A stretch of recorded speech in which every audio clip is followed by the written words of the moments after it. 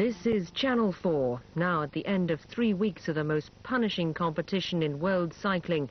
This is the final stage of the 1990 Tour de France.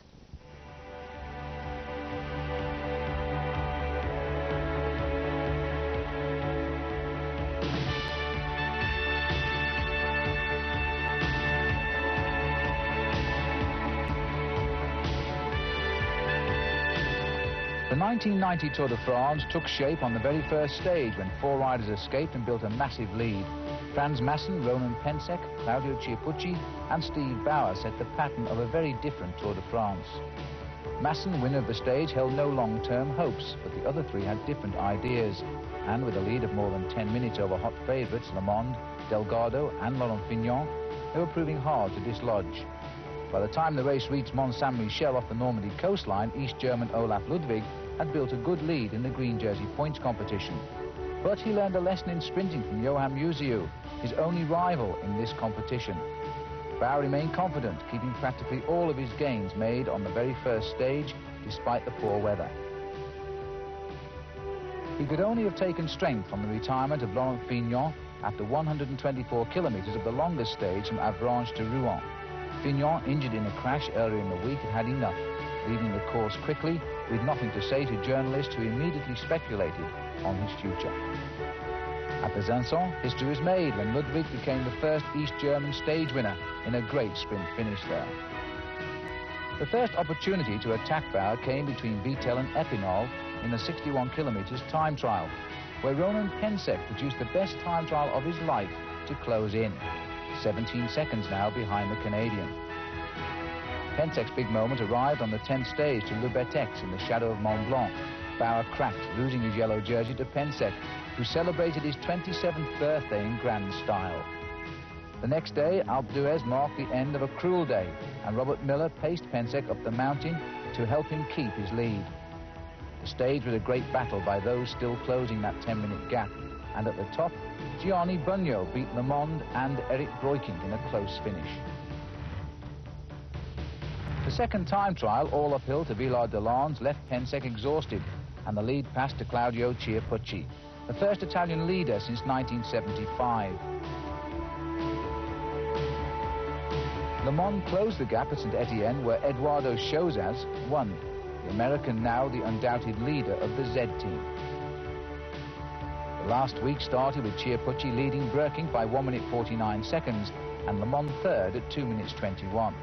Then the Pyrenees began, and Chiappucci had warmed to wearing yellow. He attacked on the Col d'Aspin, only being caught at the base of the final climb of Les Ardennes. Le Monde attacked him on the climb, and towing Miguel Indurain, he rode like the wind in search of the yellow jersey. By the finish, where Indurain won, he'd failed to take the lead by just 5 seconds. The next day, in Pau, Dmitry Konashev became the first ever Soviet rider to win a stage. But it made no difference to the overall situation. It remained at 5 seconds, and for the second year running, the race was down to the final time trial.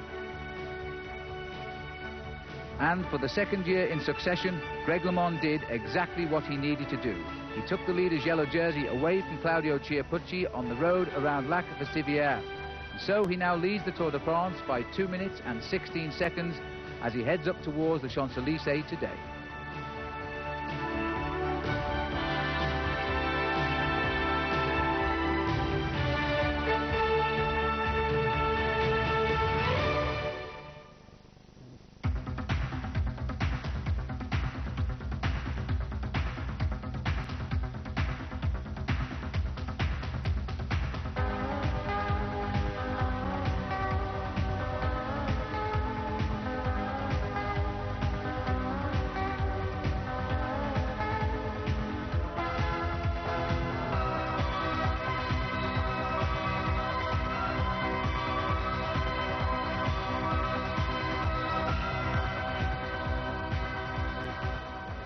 Greg, now that you've got the yellow jersey, you must be relieved after all the tension from the last few days. Oh, that's for sure.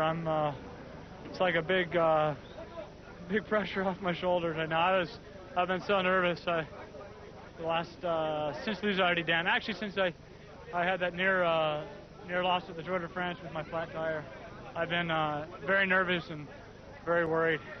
And when Greg LeMond signed in this morning, the clouds of worry had lifted. His lead, 2 minutes 16 seconds ahead of Claudio Chiappucci. At 11:55 precisely this morning, the whole of the Tour de France set off towards Paris and the Champs-Élysées from the town of Brétigny-sur-Orge. And that is about 20 miles to the south of Paris, but today's stage a lot further than that.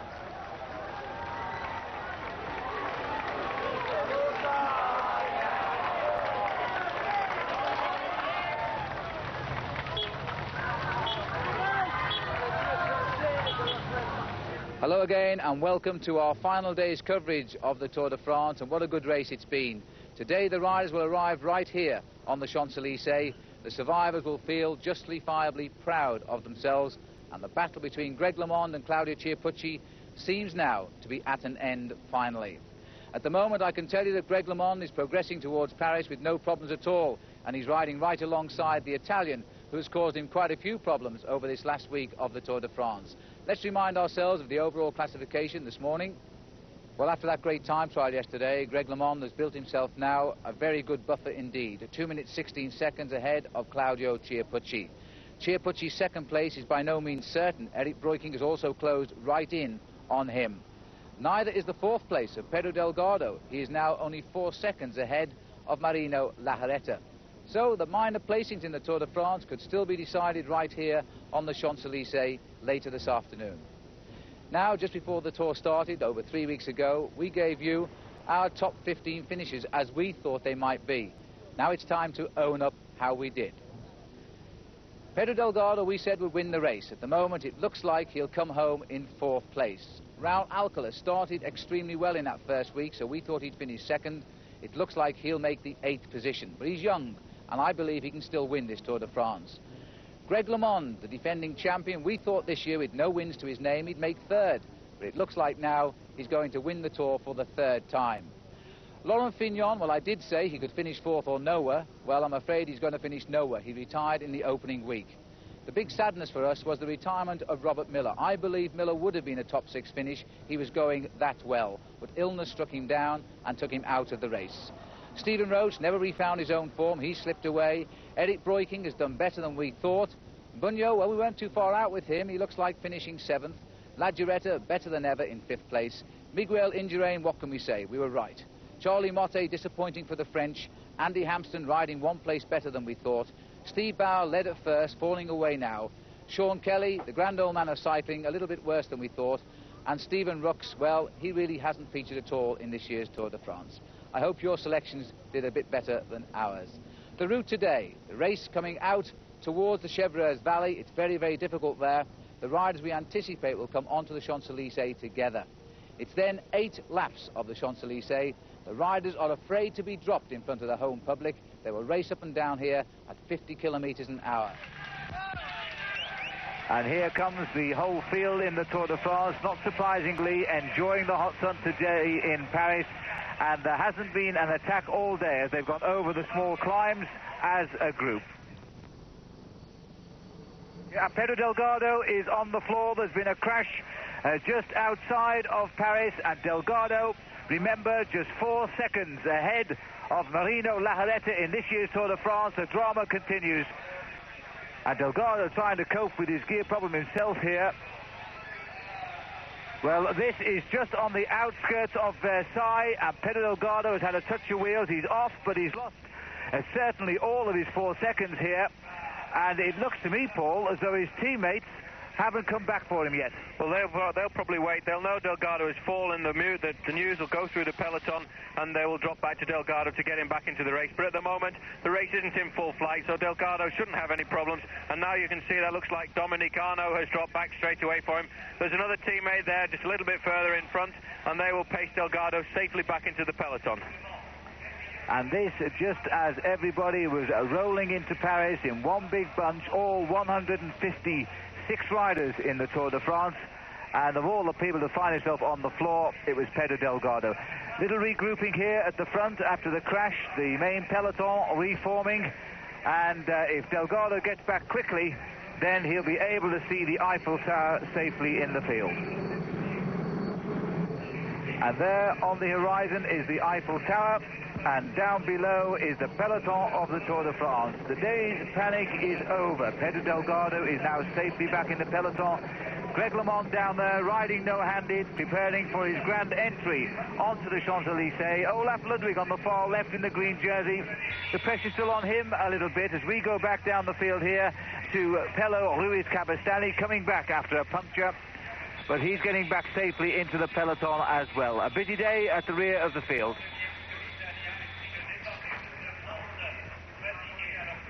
Well, these riders, of course, will not know what to do with themselves when they wake up tomorrow morning. With no Tour de France to turn out for, the routine will be broken. And I think, as you've told me, Paul, it's a very strange feeling. It's a very strange feeling when you wake up the day after the Tour's finished, because for 3.5 weeks you've been waking up, the soigneur has been shouting at you for your suitcase, you've been going down for breakfast, rolling out onto the bike and doing 6 or 7 hours a day. That first Monday morning when the Tour's over, you really are lost. You don't know what to do at all. Well, just out of our picture there was Marino Lajareta, 5th overall, and for a few minutes a little while ago he climbed up to 4th place because Delgado had lost the 4 seconds. He is in front of him at the moment. All of the Z team wearing, some of them at least, their yellow hats as team leaders of this Tour de France coming into Paris. And Gilbert Duclos-Lassalle, who did such a great job to save Greg LeMond from that puncture coming off the Col de Marie Blanc in the Pyrenees. And eventually the fine work by the team has given Greg LeMond that yellow jersey. Well, he has, but the Z team were very lucky yesterday to keep hold of those yellow hats, because they nearly lost the team prize to the Spanish Once team, who put in a fantastic finish in that time trial. They just kept hold of that the yellow casquettes by just 13 seconds. So maybe we might see the Once team trying to slip a rider away today to steal those hats off the Z team. Well, we'll watch out for those attacks as they come onto the Champs-Élysées. The pace now has noticeably quickened. Every rider wants to be at the head as they come into France, into Paris rather, past the Eiffel Tower. A little check of the route here by Ruiz Cabestany. Well, it's true, Pello, you're home, you're in Paris today. And I never fail to be amazed at how the National Police Service here bring the Tour de France through the busiest streets in the world. Totally closed down for the arrival of the Tour de France. And just look at this, Paul. All of the Z team now showing their faithfulness to Greg LeMond, their leader. Well, this is their final tribute to LeMond, to bring him onto the Champs-Élysées in the first part of the peloton. They're starting to warm up a little bit, the bunch now. They had an easy start to the day, but now as they turn onto the Pont de Sèvres, they're going down the valley, going along the side of the Seine, and they'll swing across the bridge, then into Boulogne-Billancourt, and it won't be very far then before they travel underneath the Eiffel Tower. And there speaks a man who's followed this exact route, but on the bike in the Tour de France, because Paul Sherman, of course, has ridden this race on 7 occasions.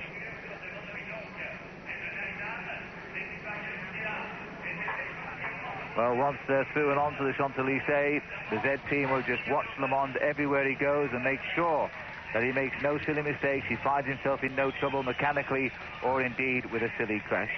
At Le Valsvol going through, Ronan Pensek going through, the midway leader of the Tour de France, of course, for the Z team. That was Valsvol just passing through there. But the team doing what they call one-on-one, through the lead, swing off and move back down again. Jerome Simon and Greg sitting at the tail end of his team, being carried along. And it looks, Paul, as though the rest of the race here are going to allow the Z boys to bring Greg up towards the finish. Well, they will do until we actually get that little bit nearer the Champs-Élysées, because everybody wants to be the first rider onto the Champs-Élysées, because they've come a long way, these riders, 3,400 kilometers, and they'll all try racing to get around the corner first, to be the first man to come across the line on the Champs-Élysées, even though there still are 8 laps to go, and they won't be taking very long to do those 8 laps. A possibility, too, that Greg LeMond will want to win the final stage, because after all, if he does win this Tour de France without having won a stage, it's a sort of record the riders don't like, and we go back to Lucien Aymor in 1966 as the last man to win the yellow jersey and never take a stage. Well, that's right. It's a long, long time since that happened before. And maybe Greg will try and imitate Bernardino when he actually won the last stage, when he was wearing that yellow jersey. Greg can be a fantastic sprinter when he wants to be. And if the Z team really put him in the right place at the right time, there's no reason why Greg can't try and win this stage. But there's a lot of other men in there who would like to win the stage as well. We got a glimpse there of Yellow Niner. Maybe he too would like to win the last stage. Let's not forget the Buckler team, because they've done very well on the flat stages. And this is today a very flat stage. Well, don't forget, Greg LeMond is also the world champion. He won that in a sprint finish against two of the world's best finishers, Dmitry Konishev, who won a stage in this race this year at Pau, and also Sean Kelly, who took the bronze medal in Chambéry last September. So Greg LeMond knows he can produce the effort if the incentive is there, and there can't be a bigger incentive today than to win the final stage of the Tour de France when you wear the leader's yellow jersey. Tempo now being kept very high by the Z team. Oh, and there's more trouble. This looks like La Giretta in trouble. La Giretta, we've seen Delgado out of the race with a crash. He's got back. Now La Giretta, the man 4 seconds behind Delgado, has had a front wheel puncture, and that was a great change. That was a very quick change there. La Giretta, a very experienced man, didn't panic at all. He waited until his team car was right behind him, and there in about 7 or 8 seconds, he changed his front wheel. He's waited for there by Stephen Hodge, the Australian, who's really come along well this year, and he's pacing La Giretta back into the field. Not too bad a time to puncture, really, because the field isn't in full flight. La Giretta's really lucky to puncture here, because a puncture on the Champs-Élysées, and it would be even more difficult to get back into the race. Well, the convoy had hardly got by La Giretta before he was back on his bike, and the mechanic will receive a vote of thanks for that tonight.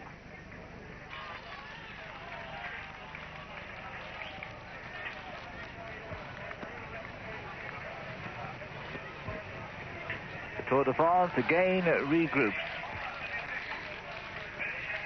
La Giretta coming back into the field, out of our vision, and being paced in by his Once team, which has had a tremendous Tour de France this year. Josas won a stage at Saint-Etienne. La Giretta himself won a stage at the Cause Noire above Millau. And as Paul Sherwin has said, they're pushing the Z team within seconds of taking the team victory in the Tour de France.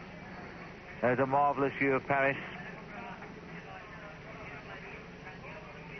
And what a nicer picture can you have. The snaking, twisting, colourful scene of the Tour de France as it makes its way down onto the banks of the River Seine. Well, the riders have just left Issy-les-Moulineaux, where the Tour de France has its headquarters. They come into the little bourg of Boulogne-Billancourt, and they're travelling down the side of the Seine now, and they're only about 3 kilometres away from entry into the circuit, the Côte de Tuileries. Well, it's here at Boulogne-Billancourt where the famous club comes, the nursery club for the top professional cyclists, where many English-speaking cyclists have gone before they passed into the professional ranks, such as Paul Sherwin, Phil Anderson, Sean Kelly, Sean Yates, and Stephen Roach among them.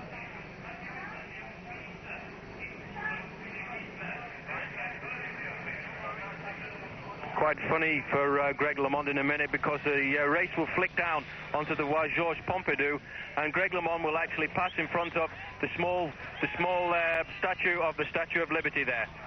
There's one of the TVM riders jumping away down the right-hand side of the road. And this rider going through it, Paul, is Martin Schalkers, and he's riding the new style British-shaped machine here, which is actually made in Britain. It's made from a special process. It's a magnesium frame, and as you can see, it looks a little bit unusual, but the TVM team have been trying them out. Now then, this is bound to open up the attacks, which will come thick and fast as they go into Paris.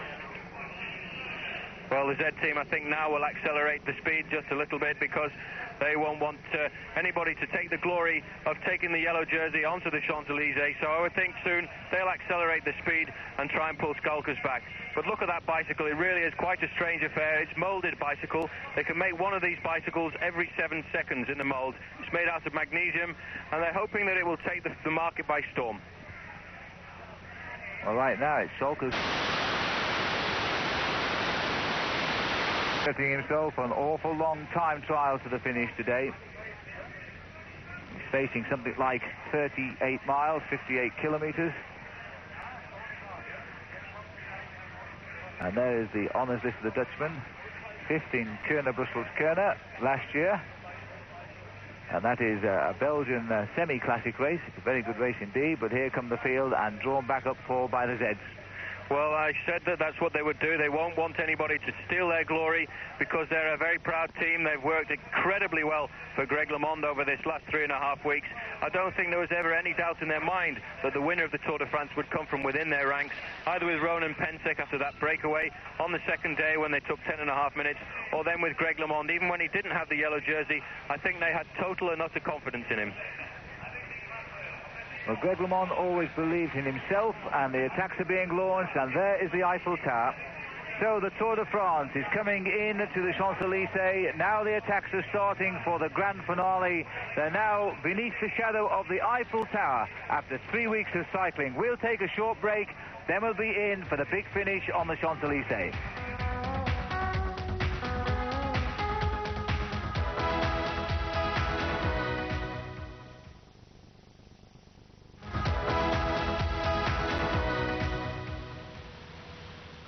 This is Le Maillot Jaune, the symbol in the Tour de France that every rider would love to wear. And the man who pulls it on tonight will take home also a cheque for £200,000. Hello and welcome back to our final day's coverage of this great race, shortly about to end here on the Champs-Élysées. You know, in the race for the yellow jersey over this last 3 weeks, there have been many riders who have sacrificed themselves unselfishly for their team. Paul Sherwin now looks at some of his favourite riders. For me, Miguel Indurain has proved himself to be one of the strongest riders, if not the strongest rider in the Tour. The way he dragged Delgado along the valley road to the foot of the Alpe d'Huez remains a vivid memory. And then, like a true super domestique, he pulled over and rode up the Alpine giants as best he could. In the process, he lost 11 minutes in 11 kilometres. In cycling, you can't turn the clock back, but if you could erase those 11 minutes, he'd be third overall. When finally his day came on the climb to Les Ardennes, he showed just how strong he was. Having worked all day for Delgado, he marked LeMond man for man on the slopes of Les Ardennes as LeMond attacked to distance the yellow jersey Chiappucci. The ease with which he rode away from LeMond to win was so impressive. He made it look so easy. If one man deserved a stage victory in the Tour, it was Miguel Indurain. Surely it can only be a matter of time before he realizes he too can win the Tour.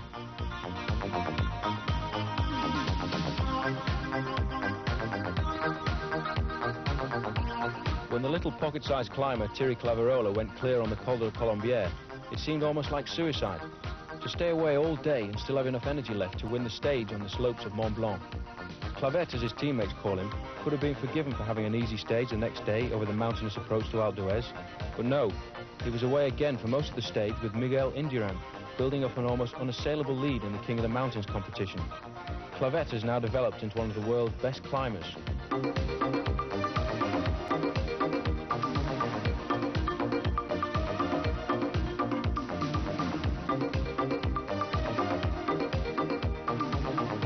Claudio Chiappucci, the diminutive Italian climber, a member of the four-man break which snatched a 10-minute lead on the first weekend.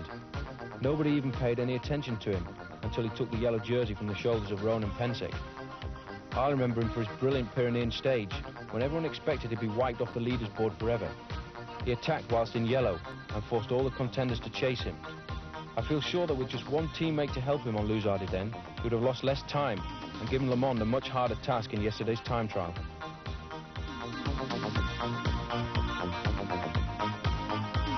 Marino Lejarreta, the small Basque, who is forever present. Riding his 23rd major tour is for me an almost unimaginable feat. His compatriots complain that he never races aggressively, always just there in the action, without really contributing. His winning move up to Millau was a brilliant example of attacking riding, which totally contradicts this opinion. I suppose the funny side of the story is he didn't actually realise he'd won, convinced that they hadn't reeled in all the breakaway group.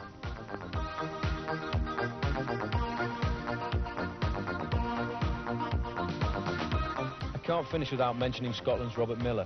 Robert worked unselfishly, first for Ronan Pensek, and then preparing the way for Greg LeMond.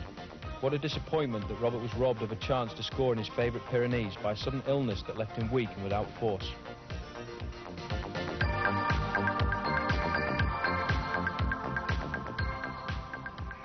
And of course, the personality of the Tour de France this year is Greg LeMond in yellow again, as we now head up towards the Place de la Concorde, and shortly we'll be swinging onto the Champs-Élysées. The lone cyclist down there is Søren Lilholt, the former world junior champion, who has just this minute broken clear of the field, coming off the banks of the Seine. And just look at the speed of that field as they come across towards the Place de la Concorde. Marvellous feeling now for each and every one of them, Paul.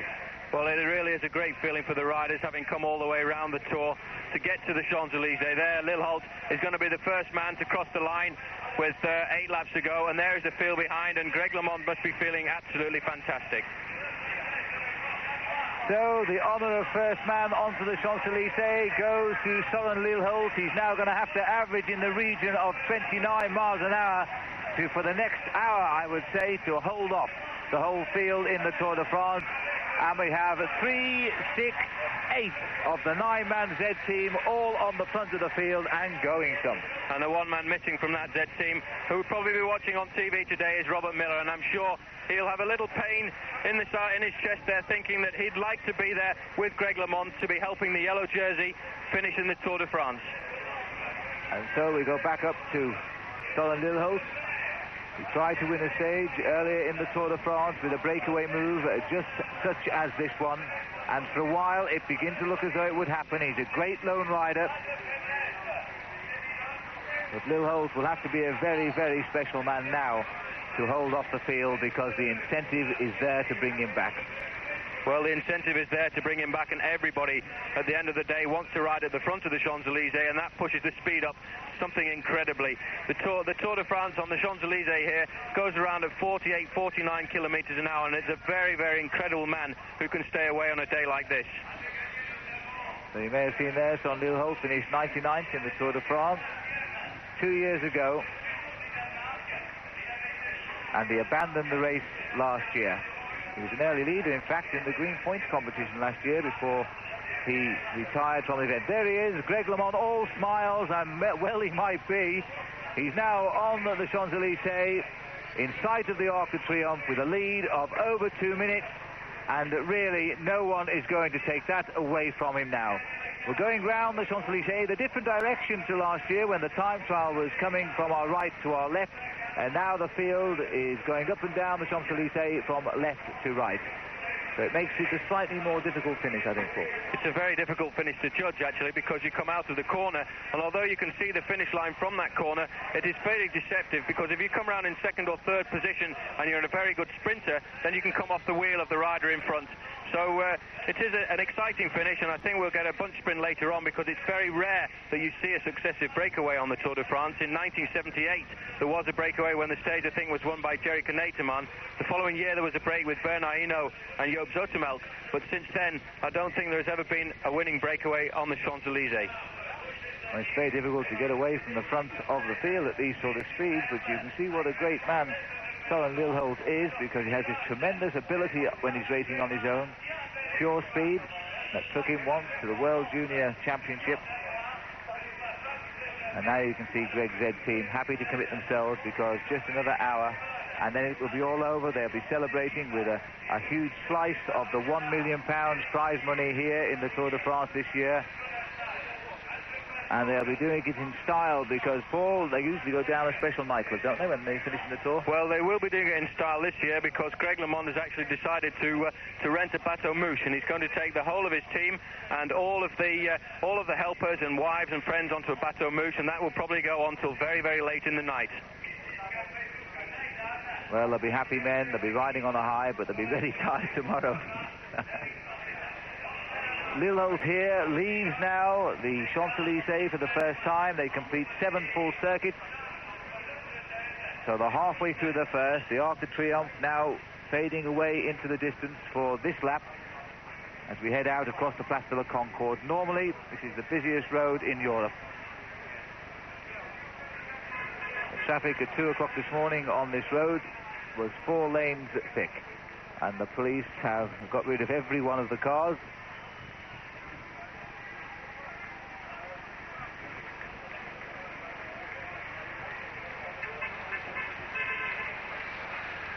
Well, the gap for Lilholt is coming down all the time. He's just got 8 seconds lead over the chasing peloton at the moment, and it looks as if Lilholt's lap of honour will soon be over as he turns in a minute into the Rue de Rivoli, just along the side of the Louvre.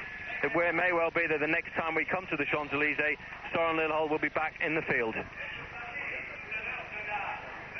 Well, he strives to be a stage winner, as I say, this year. He's never won a race, in fact, in 1989, Soren Lilholt. But look at this now. They're coming back. The Chateau d'Ax boys are not too far behind. Neither are the Austria boys, because Baffy, his father rode the Tour de France back in the 1950s and won a stage. And it's been his ambition of his son to do the same this year. And he's been very unlucky. He's had thirds and fourths, but tipped on the line. He's been outmaneuvered. And maybe he'll try and take this last stage. That'll be a great one.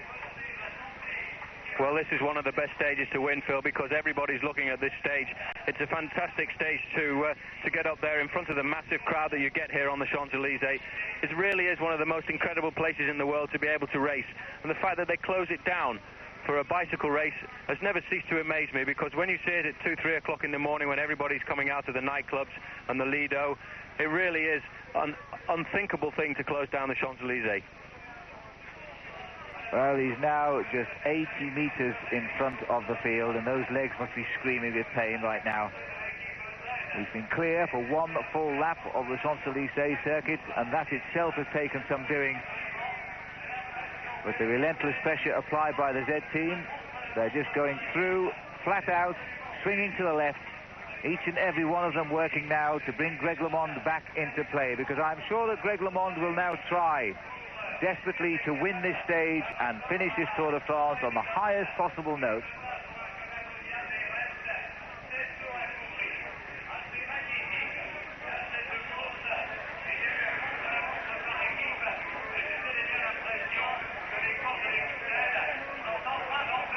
Across the Place de la Concorde for the second time. They're now starting their second circuit of 8. The only Tour de France that Lilholt finished, 1988 when he was 99. He finished 51st over the years in the Tour of Spain. That's his best finish there. Former World Junior Champion. A winner of a stage in Paris-Nice a couple of years ago, and I remember him winning that. He broke away on his own just like this to win the stage there. As confirmation, we're heading up to the Avenue des Champs-Élysées for the second time. The crowd beginning to warm now to seeing the lone rider out in front. The faces of the Z team certainly aren't smiling like they were a couple of hours ago in the sunshine. They are now getting down to the very serious business of ending this attack by Soren Lilholt. Greg LeMond keeping out of all sorts of trouble as he rides at the end of his 8-man team. Well, at the front of the bunch there, I just caught a glimpse of Sean Yates, who's had a very quiet Tour de France this year. Maybe Yates will be the man who will take over from Soren Lilholt, because the way Lilholt is going is quite impressive. But the thing is that the speed that the Z team are putting in at the moment, I'm sure he's going to be reeled in quite soon. And here's an attack going down the left-hand side of the road by Roland Leclerc from the Toshiba team. Well, this should start the attacks now. The Zeds have immediately turned off the gas for a moment. They're waiting to see who takes up the chase. And it looks at the moment the answer is nobody, as Leclerc goes clear. I don't think Greg will be too worried. He's 1 hour 39 minutes behind overall. But there is that underlying feeling that I think LeMond wants to win this stage in the Tour de France today to prove a point. It's a very nasty little drag here up towards the Arc de Triomphe. When this road is so busy as it is 24 hours a day, it's almost indiscernible. But when you're riding a bike up it in the heat of a fine summer, then you know just how hard it is. There is Lilholt, and he's about to be joined by de Klerk. Well, you see, the tactic of the Z team at the moment is really just a question of cat and mouse. They've left Lilholt out there with 80 or 100 meters lead because they know that'll nullify all the other attacks. Just keeping a nice steady speed there. The ease with which Roland Leclerc jumped across shows that it is proving to be quite a successful tactic, because all they're doing is keeping the man there waiting for him to die. Now he's just got onto the wheel of Leclerc, and you've got 2 more riders coming up there as well.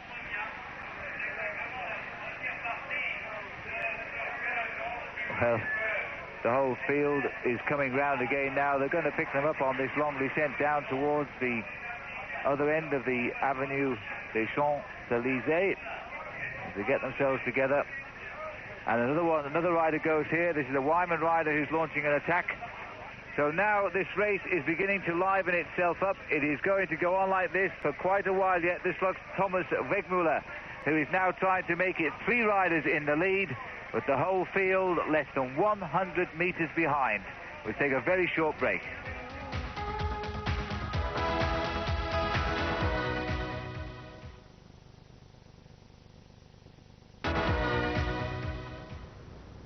Hello again and welcome back to the grand finale of this year's Tour de France. Well, as you know, Gary Imlach joined us on the team this year, and these are his impressions of his very first Tour de France.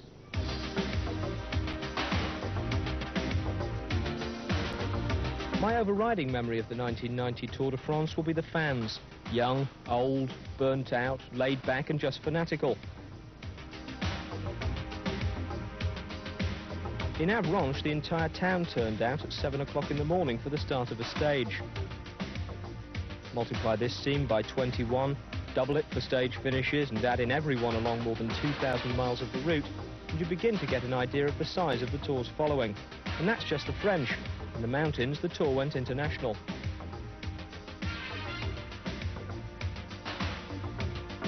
On Alpe d'Huez, the enthusiasts rode the climb so they could say they'd suffered along with the pros. The riders' wives just suffered as usual, waiting for news and a 10-second glimpse of their husbands if they were lucky. Yvonne Winham wasn't. Her husband Peter didn't make Alpe d'Huez, abandoning back down the course because of injury.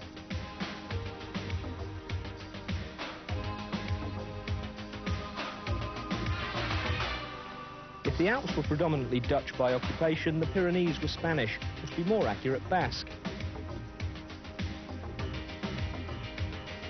In 80 degrees of heat, a group of locals skied up Les Ardennes to show that cycling isn't the only way to suffer in the mountains. While one retired rider demonstrated that hanging up your bike needn't mean losing your accessories.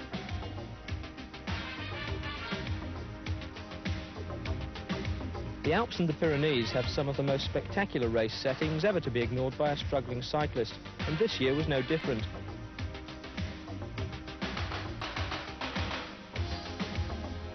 The mountains also provided some of the stranger sights of the Tour, because everywhere the race goes, the publicity caravan goes first, even through the Alps.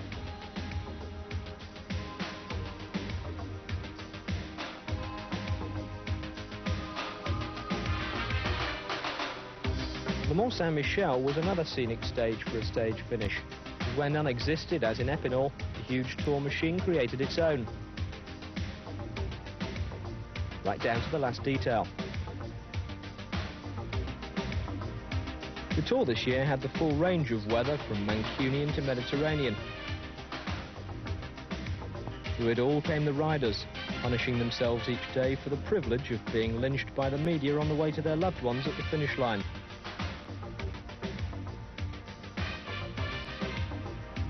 My favourite non-cycling shot of the Tour was this member of the publicity caravan, and today is the moment he's been waiting for the past 3 weeks and possibly the whole of his life.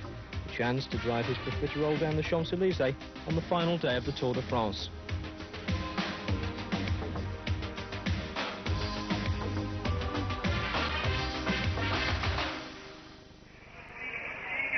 What a spectacular sight from the helicopter hovering over the Place de la Concorde. 156 riders in the Tour de France.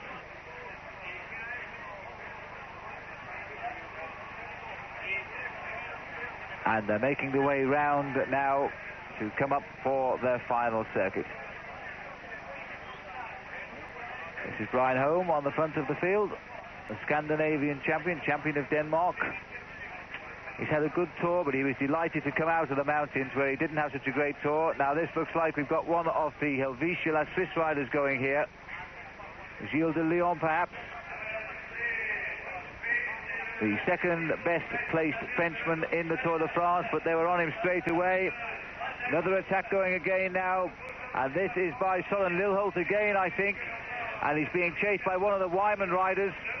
So everybody digging. Soren Lilholt's done well to find the legs to go again, because of course he was out for a lap on his own when the race came onto the Champs-Élysées. Well, they went at a very good time there. Just as everybody was getting caught, there's a moment's hesitation, and they've gone and taken 5 or 10 seconds lead. Could that be the move that was necessary just to get away from this bunch? I think now that we'll find the Italians will get to the front and start organising again. But those riders made a very good move just at the right time as they come through the tunnel here just by the Louvre. There are so many super sprinters in this year's Tour de France that these riders, which we call stayers, the men who can't sprint finish, they have to break away to ride alone. And they seem that there's plenty of attacks coming this way. They don't want the sprinters to have the day here on the Champs-Élysées. Well, certainly Sean Lilholt is in this league group. It looks to me as though it might be Patrick Robit or Jan Goossens from the Wyman squad who slipped away with him. But very soon now, I feel we'll see coming up towards the front of that peloton the green jersey of Olaf Ludwig, because those light pink jerseys of the Lotto team, who are thinking of Johan Museeuw, have been paying a lot of attention to the moves of late. They would like this field to come back together and then hope that Museeuw could steal the stage. Well, reaction there coming in the field straight away from the Z boys, who don't want anybody to move away today. Maybe they are trying to prepare the day for Greg LeMond to try and win that stage victory, to make his Tour de France victory complete. It's the sort of thing that Greg would think of, because he used to be a close friend of Bernard Hinault, the man we always called the Badger. And Hinault, of course, made sure of a road race victory when he won his last Tour, because he felt a good Tour winner should win a road race stage. And it is Jan Goossens, in fact, as we thought, who's joined the leader, Søren Lilholt. So the Tour de France comes up to the bell. The very last Tour, the last lap of the Tour de France. And the Tour de France now heads up the Champs-Élysées. Well, yesterday, Paul Sherwin did ask Greg LeMond what it would feel like to start the final lap of the Tour de France on the Champs-Élysées in yellow. You know, there's always a little bit of nervousness before you really finish. You got to really get across the line, so there's this kind of an anticlimactic pleasure. I mean, it's you're happy, but at the same time, like right now, I don't feel the same joy as winning last year, because last year was on the moment right there, and I knew I won and across the line. And this year now, I'm going to be still worried until I cross the line, but still much more relaxed than say if I only had a 10-second lead. And so there is Greg LeMond then, now heading up the Champs-Élysées for the last time. He's just a matter of minutes away from a great celebration tonight. His whole family is here in Paris. His mum, his dad, the 3 children, and of course wife Kathy. It's been a marvellous ending for Greg LeMond. He's never had a problem today. He's watched 1 or 2 problems go the way of the others. Larreta had a puncture and Pedro Delgado fell off, but they too are now safely back in this field in the Tour de France. All 156 riders facing for the last half lap. And these 2 riders, Paul, are really going to have to live on a wing and a prayer. Well, I think that's right, because the bunch is really accelerating now. That last lap was run off at 49 kilometers an hour, which is nearly 30 miles an hour. And we will find here, I think, as we're talking, it's all coming back together. So it's all got to be done once more. So we are going to be treated to a tremendous finish in the Tour de France. Chiappucci deservedly is riding now to his 2nd place overall. Eric Brookink has done nothing to attack that position today. It does appear, Paul, as though the heads of state of the Tour de France have acknowledged the final day of truce. Well, that normally is the situation. The attack's still going away off the front here. Normally on the last day of the Tour. Well, this is Jan Schur at the back from the Shadow Dax team, and he's taking with him one of the Kelmer riders, a TVM rider coming across. Jan Schur, of course, an East German rider in his 1st year as a professional. His father, Stav Schur, one of the most famous amateur riders of the 50s. Former world champion, his father.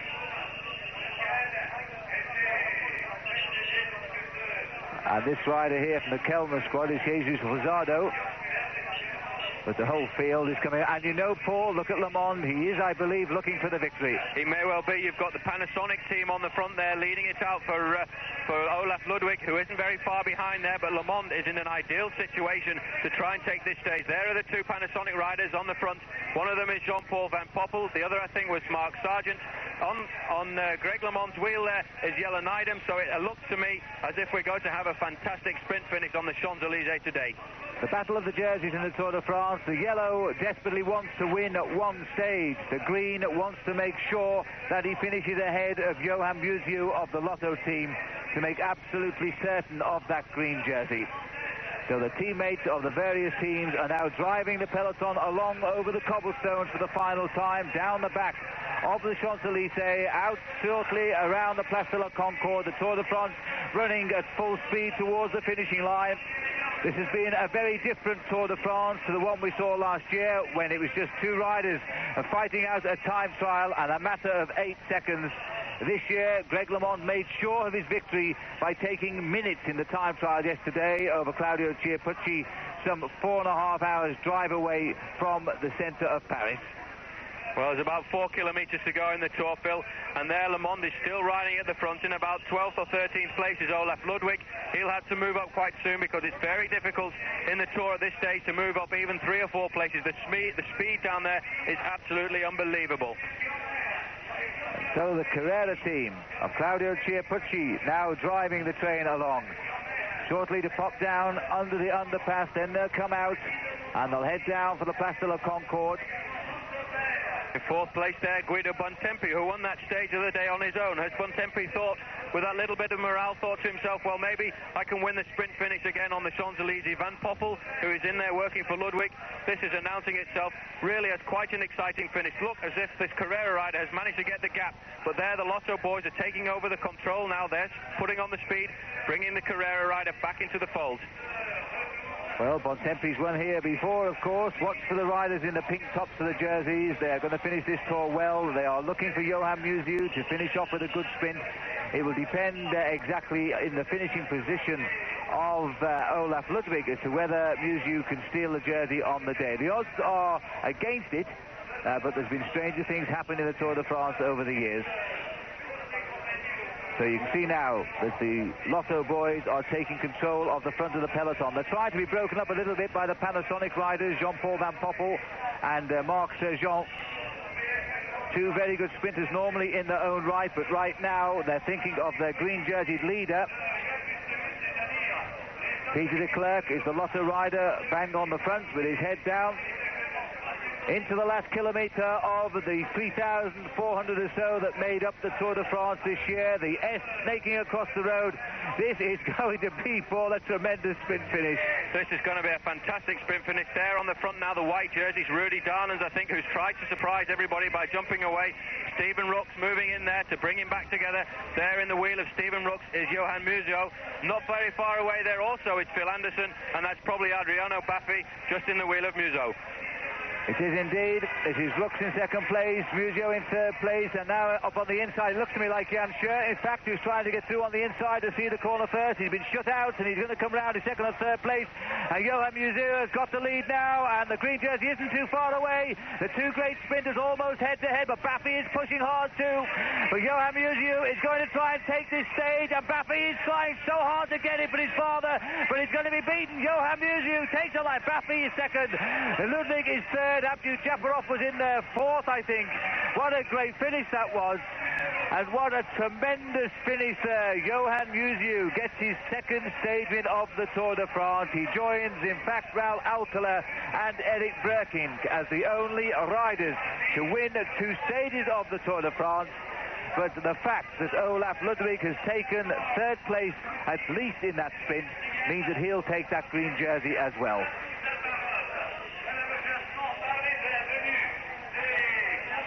Look at this for a marvellous sprint finish. Johan Museeuw came good over the last couple of weeks in the Tour. And watch down the pictures as well. There is the hand of the teammate of Museeuw as he wins the stage. And there is the hand of the winner of the Tour de France. Greg LeMond salutes the crowd for the 3rd time. So let's have a look at the stage result first here on the Champs-Élysées, where everybody wants to win, but the man who did it, Johan Museeuw, his 2nd stage win of the Tour de France. His other, a long time ago now, back in the opening week of the Tour at Mont Saint-Michel. He beat into 2nd place Adriano Baffi, and the green jersey of the Tour de France, Olaf Ludwig, was 3rd. Well, I'm not surprised that Greg LeMond is happy on the winner's podium today. pulling on the winner's yellow jersey and, of course, receiving a cheque for £200,000. His Z team taking a big lump of the £1 million in prize money in this record-breaking Tour de France.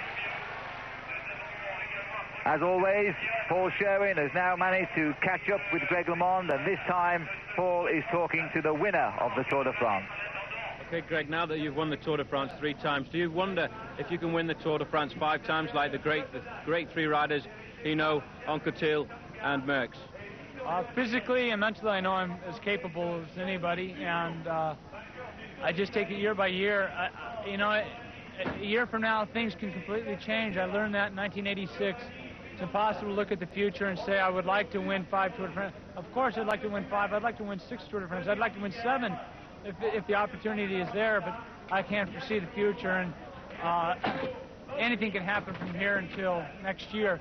But if I'm healthy, barring any actions, I'll be back to win again, to try to win again. Well, it'll be a great night out on the River Seine tonight. Greg LeMond will be in a fabulous mood with his whole family and his Z team as they literally sail off into the night. But let's have a look at the other big winners of this year's Tour de France. The green jersey by Olaf Ludwig, the East German, riding his first Tour de France. We followed him, of course, throughout, and we certainly know who to pick, don't we? He's had a few fights this last couple of weeks, but he survived well in the end. And the King of the Mountains, the polka dot jersey of the great climber, the one we would have liked to have seen Robert Miller pull on, but for many reasons it wasn't possible this time. It's gone to a deserving rider in Thierry Claverola, because he went out of the Tour de France last year with a broken hand when he was wearing this jersey. This year, it's all come right.